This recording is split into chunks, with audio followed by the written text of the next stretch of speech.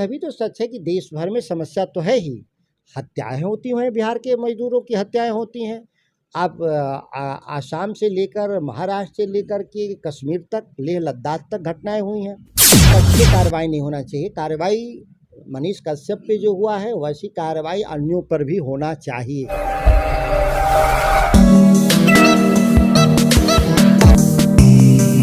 नमस्कार, मैं हूं अभय कुमार और आप देख रहे हैं एक सीधा सवाल पूर्व कृषि मंत्री सुधाकर सिंह के साथ, और हमारे साथ हैं उपेंद्र कश्यप।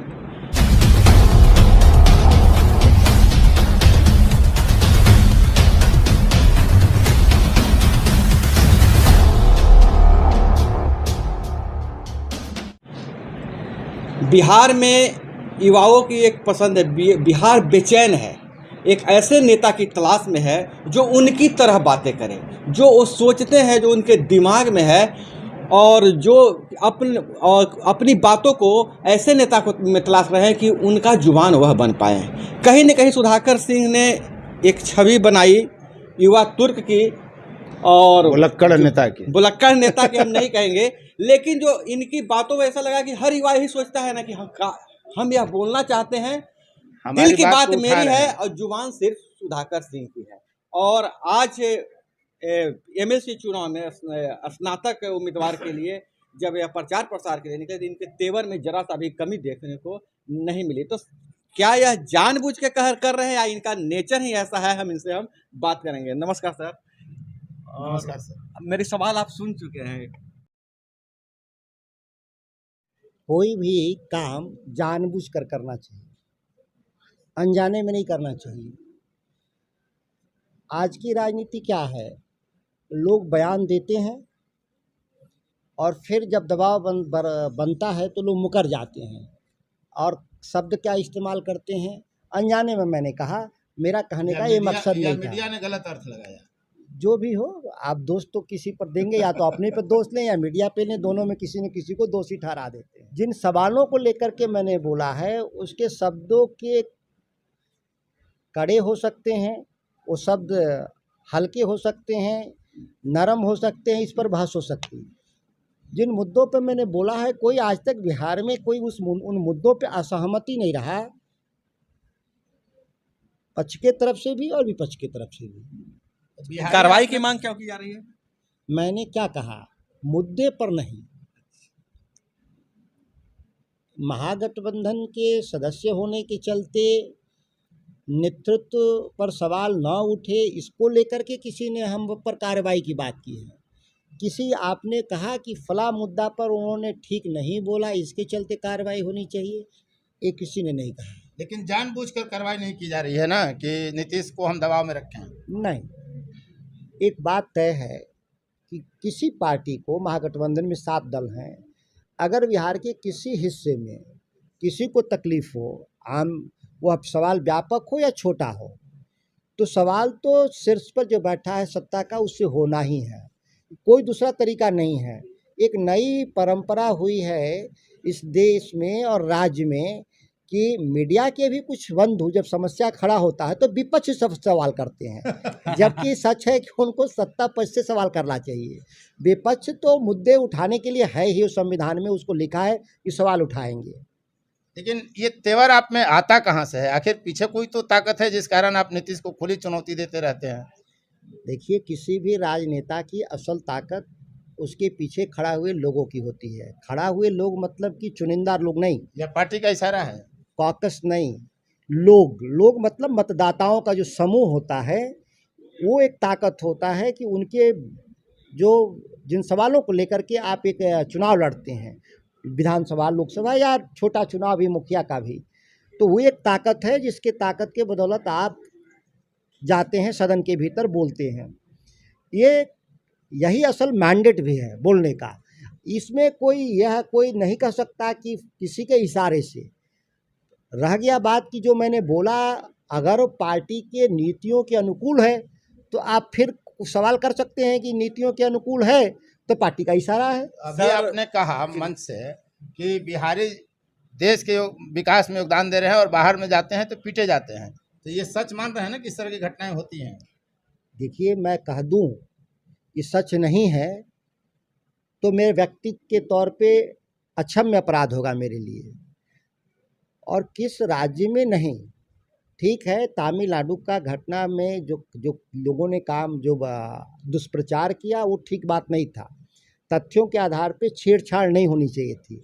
लेकिन यह भी तो सच है कि देश भर में समस्या तो है ही, हत्याएं होती हैं, बिहार के मजदूरों की हत्याएं होती हैं। आप आसाम से लेकर महाराष्ट्र से लेकर के कश्मीर तक, लेह लद्दाख तक घटनाएं हुई हैं, कोई छुपा हुआ बात नहीं। हाँ, एक घटना जो तमिलनाडु को लेकर के हम लोगों का भी कहना है कि हालांकि सभी मीडिया के उसमें लोग शामिल नहीं थे, लेकिन मीडिया का एक धड़ा तथ्यों को इस तरीके से तोड़ा ममोड़ा जिससे कि अराजकता की स्थिति पैदा हो गई। तो हम अराजकता पैदा करने के लिए नहीं है, लेकिन यह भी बात सही है कि परेशानी तो है लोगों को। कार्रवाई तो सिर्फ वर्तमान जो सरकार है बिहार की, उसने मनीष कश्यप के खिलाफ की, जबकि बड़े मीडिया घरानों पर भी प्राथमिकी हुई, लेकिन उनके खिलाफ कोई कार्रवाई तो नहीं हुई। देखिए, एक पक्षीय कार्रवाई नहीं होना चाहिए। कार्रवाई मनीष कश्यप पे जो हुआ है वैसी कार्रवाई अन्यों पर भी होना चाहिए, और इसमें जांच कर करके निश्चित तौर पे कार्रवाई नहीं करते हैं जो लोग जो इसमें शामिल पाए जाते हैं, अगर कार्रवाई नहीं करते हैं तो ये माना जाएगा कि सरकार एक पक्षीय हो गई है। अब इसमें मैं कहा ना कि मैं पहली बार तो मैंने भी वीडियो देखा तो मुझे भी चिंता हुई कि ये इस तरह की पर सवाल उठाने से तो नहीं गिरफ्तारी हुई। अब हम देखिए, मनीष कश्यप को हम फॉलो नहीं करते, देखिए मेन स्ट्रीम मीडिया वो नहीं है। मैं कुछ लोग बिहार के भीतर, या हो सकते वैसे दूसरे राज्यों में भी हों, मैं नहीं जानता, लेकिन ये मेन स्ट्रीम मीडिया के जो असल जो वसूल हैं उसके खिलाफ कुछ लोग पत्रकारिता कर रहे हैं, और वो हमको चिंता में डाले हुए हैं। देखिए, जब आप कोई काम कर रहे हो तो हमेशा इस बात को ध्यान दीजिए कि इसका सामाजिक असर क्या होगा।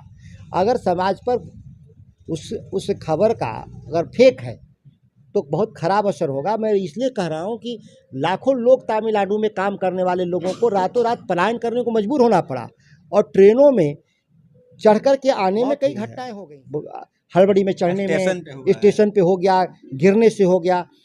तो ये तो बहुत चिंताजनक बात है, और जो घटना हुआ ही नहीं था वो कहा गया। तो फिर बड़े मीडिया के खिलाफ क्यों नहीं कार्रवाई हो रही है? सवाल तो उठेगा। मैंने ये कहा कि यह तो मैं कहा ना कि मैं व्यक्तिगत तौर पे यह नहीं कह सकता कि कौन कौन इसमें शामिल है।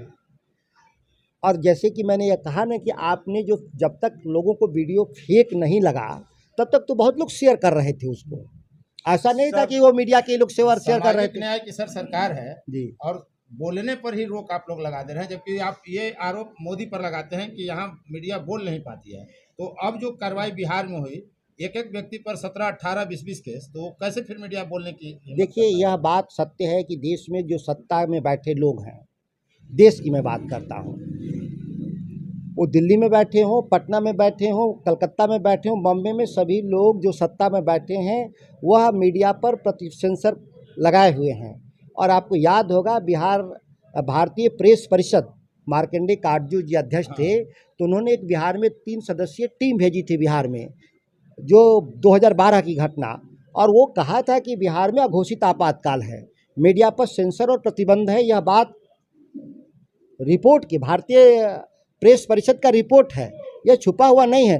किस तरीके से विज्ञापन के जरिए मेन स्ट्रीम मीडिया को अपने मुट्ठी में कर लिया गया। तो वर्तमान सरकार भी कर रही है। मैंने कहा कि वर्तमान और भूत और भविष्य में क्या अंतर है? अभी तो एक ही है आदमी ना। सर, एक चीज मैं और जानना चाहूंगा। सीधा नीतीश पर हमला कर नहीं, देखिए, मैंने कहा ना कि जो सत्ता में बैठा उन पर हमला है। नीतीश कुमार से क्या हमको लेना देना? वो मुख्यमंत्री पद पर हमला है, जो पद है उस पर हमला है। मेरा नीतीश कुमार से कुछ भी लेना देना नहीं है व्यक्तिगत तौर पे। सर, अभी पिछले बार जब अब किसानों का मुद्दा उठाए कृषि मंत्री रहते हुए तो बहुत बवाल हुआ। अभी मैं समझता आपने जो मगध यूनिवर्सिटी या जितनी भी यूनिवर्सिटी हैं, छात्रों का मुद्दा उठाया, सरकार फिर भी वही है, तो बार बार आप सरकार को परेशानी में क्यों डाल रहे हैं, असहज कर दे रहे हैं? मैं कह रहा कि मैं कोई सरकार रहेगी, मैं ये नहीं कह रहा हूँ कि जो अभी सरकार में बैठे हैं, कोई सरकार रहेगी, सवाल है कि सरकार से ही सवाल पूछा जाता है। देखिए, असहज हो जा रही है सर। फिर कह रहे हैं आप होना क्या चाहिए मीडिया के बंधु होने के नाते, ये मुझे बताइए, होना क्या बोलना चाहिए? सच बोलना चाहिए। जो आप भी बोलते हैं मुझे भी बोलना चाहिए, यह लिखा हुआ है। महागठबंधन के लोग, खासकर नीतीश टीम कि आप कहीं ना कहीं डील हो गए हैं भाजपा से? बात देखिए, उन लोगों ने क्या मेरे पर आरोप लगाया ये महत्व तो नहीं रखता, क्योंकि आप मीडिया के लोग हैं। उनके बात का किस मामले में महत्व दिया जाए? कल तक जो लोग भारतीय जनता पार्टी के साथ रह करके इस राज्य की सत्ता को 17 साल से चला रहे थे, उनके पास सर्टिफिकेट देने का अधिकार नहीं है कि मैं किसके साथ हूँ या नहीं हूँ। और राष्ट्रीय जनता दल के मैं विधानसभा का चुनाव लड़के मैं एमएलए बना और राष्ट्रीय जनता दल के घोषणा पत्र के हिसाब से मैंने काम किया। अगर किसी को इसमें तकलीफ और दुख है तो ये साबित हो रहा है कि कौन किस सवाल करेंगे। बिहार में राजनीति में जाति सच्चाई है कि यहाँ जाति ही राजनीति? जहाँ तक मैं समझता हूँ कि यह राजनीति के लिए बहुत महत्व नहीं रखता, और आज के दिन कोई यह भी नहीं कह सकता कि किसी दल का प्रोप्राइटरीशिप है किसी सामाजिक समूह पर, किसी दल का, और ये छलावा है मैं बता रहा हूँ, या ये सुविधा की राजनीति है जो करने वाले लोग हैं गणित जोड़ने के लिए। आम जनता एकदम अपने निष्पक्ष भाव से मुद्दे के आधार पर वोट देती है।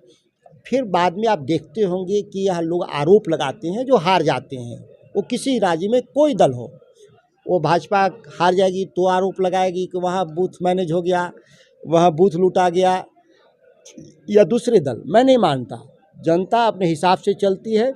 लोगों को भ्रम है कि राजनीतिक दलों को या राजनेताओं को कि हमारा प्रोप्राइटरीशिप है इसे सामाजिक समूह पर और मेरे ही कहने में वोट है, ऐसा नहीं मानता मैं। आपने देखा पूर्व कृषि मंत्री सुधाकर सिंह से बातचीत, उन्होंने युवाओं की बात की, उन्होंने प्रदेश की जो सच्चाई है उसकी बात की, मीडिया पर भी खुलकर बातचीत की।